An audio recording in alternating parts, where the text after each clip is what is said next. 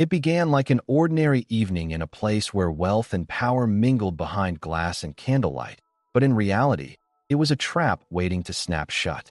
The man at the center of it all was Richard Weber, a CEO whose name was printed in glossy magazines and whispered in boardrooms with equal parts envy and resentment.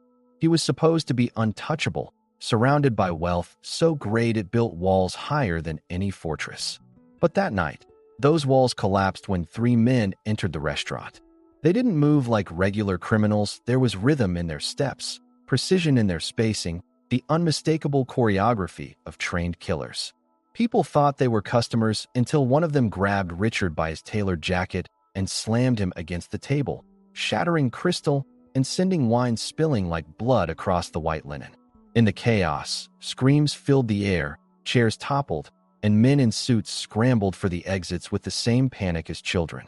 Among the flurry of motion, one figure remained strangely calm, blending into the background as if he belonged nowhere and everywhere at once.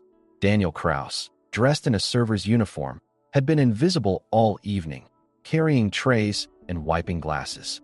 But when his eyes caught the sudden shift of violence, something inside him snapped awake, something buried deep under years of silence.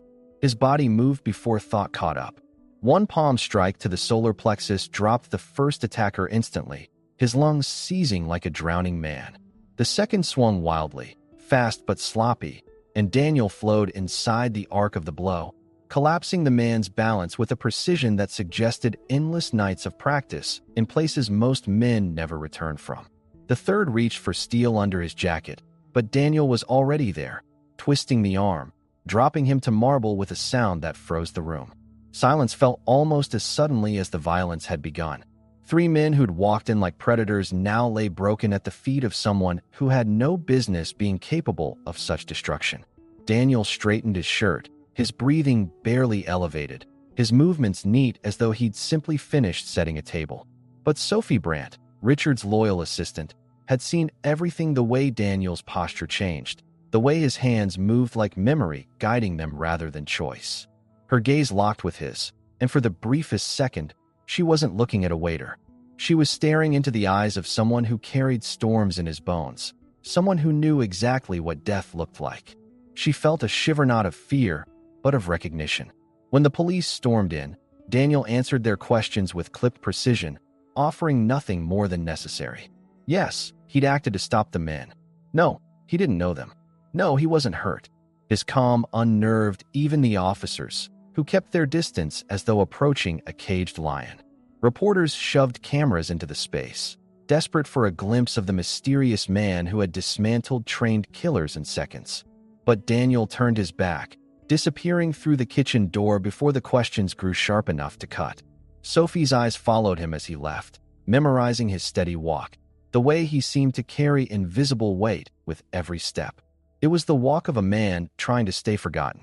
What Sophie didn't know but would soon discover was that Daniel Kraus had once been part of a world where silence and shadows ruled, a world he had abandoned after tragedy tore his life in half.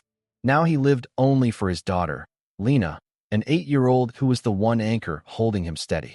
He wanted no part of danger, no part of recognition, no part of the world he had left behind.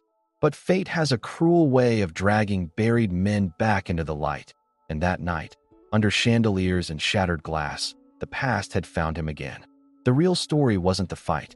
The real story was that the quiet man who wanted nothing but to vanish had just revealed himself to the wrong people. And somewhere in the shadows, eyes that hadn't yet shown themselves were already making plans. The following days unfolded like an echo that refused to fade. News outlets replayed the grainy video clip taken by a terrified diner hiding behind an overturned chair. It showed only Daniel's back, but the speed and precision of his movements captivated millions. Social media called him the ghost waiter, a man who dismantled killers in 4 seconds flat. To most, it was a story of shock and amazement. But to Daniel, it was something far darker. Each replay wasn't entertainment, it was exposure. He had spent years hiding, changing cities, changing jobs, always careful to remain unremarkable. Now, with a single burst of instinct, the anonymity he had fought to protect for Lena's sake was unraveling. Daniel's days were simple by design. He woke Lena for school, made her breakfast, walked her to the gates, and returned home just long enough to prepare dinner before heading to work. It was a rhythm that kept his grief in check, grief that had hollowed him since cancer had stolen Anna, his wife, leaving behind only memories and a little girl with her mother's golden hair. He had buried his past as a soldier in the same grave, promising himself that his daughter would grow up with safety instead of chaos. But now, each time he looked at Lena's wide, curious eyes, he saw the flicker of that video reflected back at him. She had found it. Of course, children always do. "Daddy, is this you?" she had asked, voice trembling between awe and fear. He had knelt, brushing her hair back, telling her it was nothing special, just helping someone in trouble. But the truth weighed heavier than any lie. Sophie Brandt couldn't let it go. She kept replaying not just the fight, but the moments after, the way Daniel had positioned himself, the sharpness of his awareness, the invisible threads of discipline woven through his every motion. Sophie knew people. Her job demanded it. She could read a boardroom in seconds, defuse egos before they erupted, and maneuver Richard Weber's chaotic empire into something resembling order. But Daniel wasn't a puzzle she could file away neatly. There was something about the way he carried himself, as though each movement had been carved by years of training, as though he had seen and survived things no ordinary man ever should. Against her own better judgment, Sophie found herself searching, digging through contacts, pulling threads she shouldn't. Eventually, she found an address, and against her own rules, she went there. She found him in the playground behind his apartment, pushing Lena on a swing.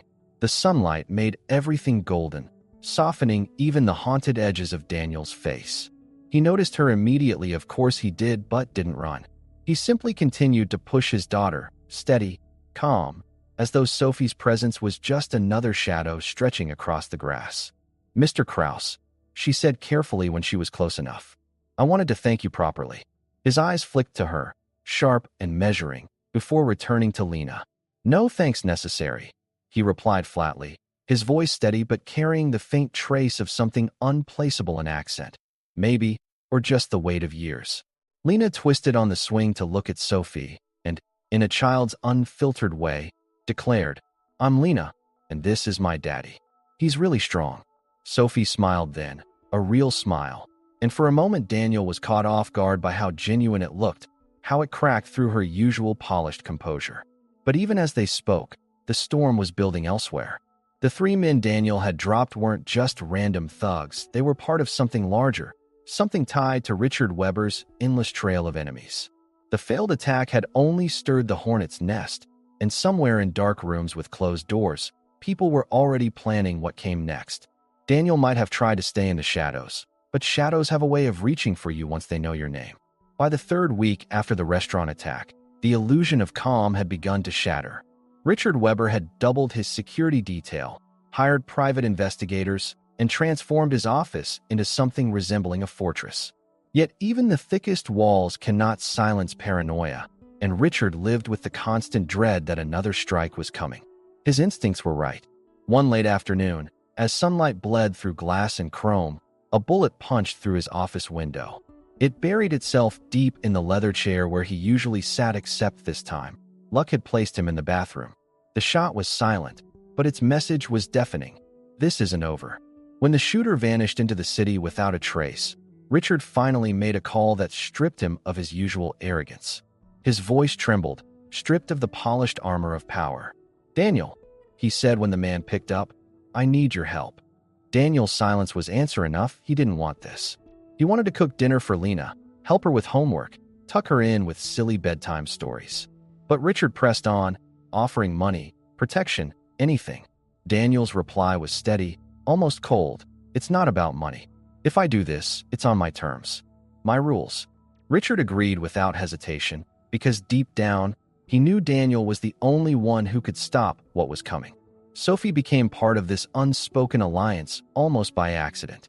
She was in every room, listening, watching, absorbing details Daniel hadn't yet considered. While Richard clung to power, Sophie noticed the human flaws, the predictable routines, the overlooked habits that left cracks in even the most fortified defenses.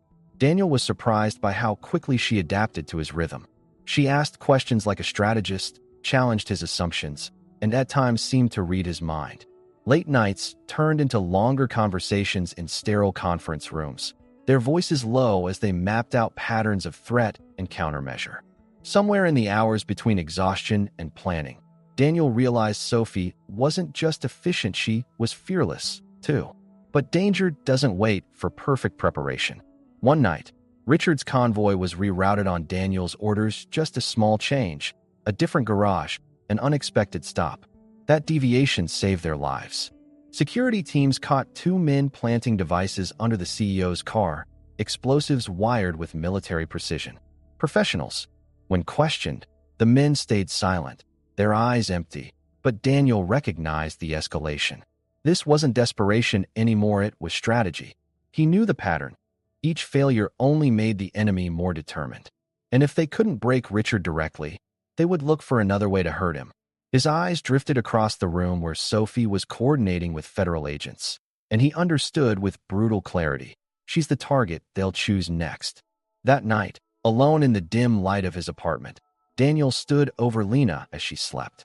Her small hand clutched the stuffed animal she never let go of, her face peaceful, untouched by the violence clawing at their world. He swore under his breath that she would stay that way. But even as he whispered promises she couldn't hear, he knew the storm was only beginning. And when storms came, you couldn't hide, you had to face them head on. The plan Daniel crafted was not one of defense, it was a trap. He knew from experience that waiting for enemies to strike only guaranteed one thing. Eventually, they would succeed. So he set the bait himself. A carefully leaked rumor of a confidential board meeting at Richard Weber's sprawling estate was enough to lure them in. Security was present but arranged deliberately thin, just convincing enough to suggest weakness. Daniel moved Lena far away that night, leaving her with a trusted neighbor. She hugged him harder than usual, her young intuition sensing something different.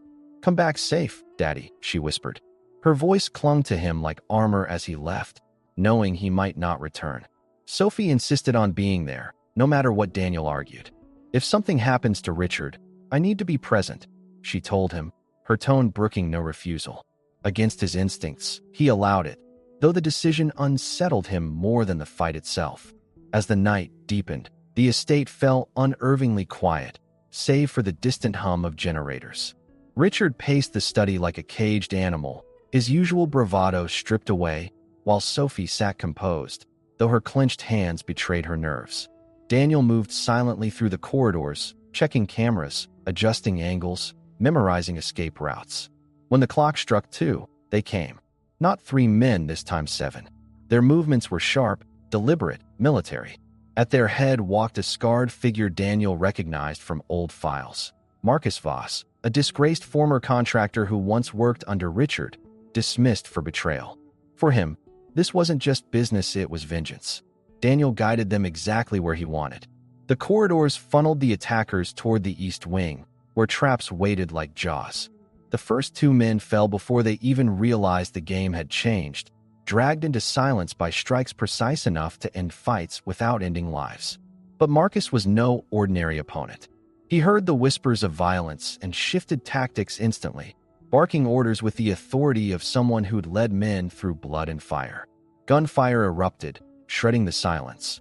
Muzzle flashes splitting the dark as Daniel moved like liquid shadow through the chaos. Furniture splintered, glass shattered. Hallways became weapons in his hands. Each takedown was brutal but efficient, a reminder that Daniel hadn't just trained for war, he had survived it. Then came Marcus. Their clash was thunder against steel, 2 men forged in different fires but carrying the same scars. Marcus's voice was thick with hatred as he swung with relentless fury. "You don't know what he did to us. Richard ruined lives, mine, my family's, countless others. You're protecting a monster." His words cut sharper than his fists, forcing Daniel to question for a split second the very man he had agreed to shield. But hesitation was dangerous. They traded blows that rattled walls, each impact a brutal reminder that survival was never guaranteed. Daniel bled from his side, ribs screaming with each breath, but he refused to fall. His daughter's face flashed in his mind, her belief that he was a hero, and that memory gave him strength beyond muscle. The fight ended in the foyer beneath a glittering chandelier, the marble floor slick with sweat, and blood. Marcus overextended, fury blinding his precision, and Daniel seized the moment. A ruthless combination dropped him, unconscious but alive. Daniel stood over him, chest heaving, blood soaking through his shirt, and in that silence, he made his choice. He wouldn't cross the line.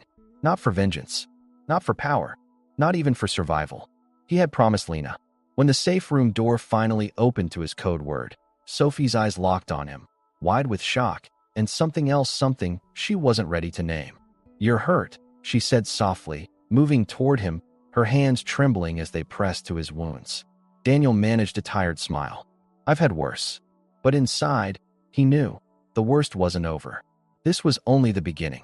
The aftermath of that night unfolded like smoke, thick, disorienting, impossible to ignore. Marcus and his men were dragged away in handcuffs as dawn painted the estate in pale light. But the truth clawed its way to the surface quickly. These attacks weren't the work of a single bitter ex-employee. The deeper investigators dug, the clearer it became. Someone inside Richard's own empire had been feeding information, selling access, whispering secrets. Betrayal lived within his walls. When the name surfaced as head of security, the very man sworn to protect him, Richard, nearly collapsed. It wasn't just an attack on his life. It was proof that the empire he had built on power and fear was rotting from the inside. For Daniel, however, the revelations mattered less than the fragile girl who met him at the door that night. Lena clung to him like she would never let go, her small body shaking against his chest. He whispered promises into her hair, the same promises he had made 1,000 times. That he was here, that she was safe, that nothing could take him from her. But as he held her, Sophie's presence lingered in the background, silent but steady. She had seen him bleed, seen him break and still stand, and something had shifted between them in ways neither could easily explain. She wasn't just Richard's assistant anymore, she was part of Daniel's world, whether he wanted her there or not. Richard, perhaps sensing this, changed too. The man who once measured life in contracts and mergers began appearing in places no one expected. Lena's school recital, her soccer game, her 9th birthday. He sat awkwardly in folding chairs, clapped too loudly, and brought expensive gifts that Lena treasured less than the way he laughed at her jokes. He was no father, but he became something else: an uncle, a guardian, a man searching for a family in a life that had stripped him of every real connection. For the first time, Daniel saw Richard not as a billionaire untouchable, but as a man carrying his own shadows. Meanwhile, Sophie and Lena grew inseparable. It started with small moments, helping with homework, weekend museum trips, laughter over spilled pancake batter. But soon Lena was asking for Sophie in ways that tugged at Daniel's heart. "When will she come over again? Can she help me with this project?" Daniel watched his daughter bloom under her care, watched her mimic Sophie's graceful gestures, and realized something terrifying. The walls he had built around his heart were crumbling. He had vowed never to let anyone close again, not after Anna. But Sophie was already inside, woven into their lives by the quiet persistence of kindness. Then came the night Lena made it official in the way only a child could. Over dinner, spaghetti steaming on chipped plates, she folded her small hands on the table and looked at Sophie with wide seriousness. "Would you like to stay for dinner? Daddy burns the garlic sometimes, but it's still good." Sophie laughed, eyes meeting Daniel's across the table, and in that moment, he knew resistance was pointless. The life he had been running from, a family, love, the risk of loss, it was standing right there, waiting for him to choose it. And for the first time in years, Daniel felt the terrifying pull of hope. The months that followed reshaped their lives in ways Daniel could never have predicted. Sophie became more than a visitor, she became part of their rhythm, slipping into their small apartment as naturally as if she had always belonged there. At first it was just a toothbrush in the bathroom, then work clothes neatly hung beside his, then late nights where Lena demanded movie marathons that ended with Sophie asleep on the couch, her head resting against Daniel's shoulder. Each change was subtle, almost unspoken, until one day Daniel realized the silence that used to fill their home was gone, replaced with laughter, arguments about bedtime, and the simple music of belonging. Richard continued to orbit their world like a reluctant star, showing up at odd hours with groceries he didn't know how to cook or tickets to events Lena adored.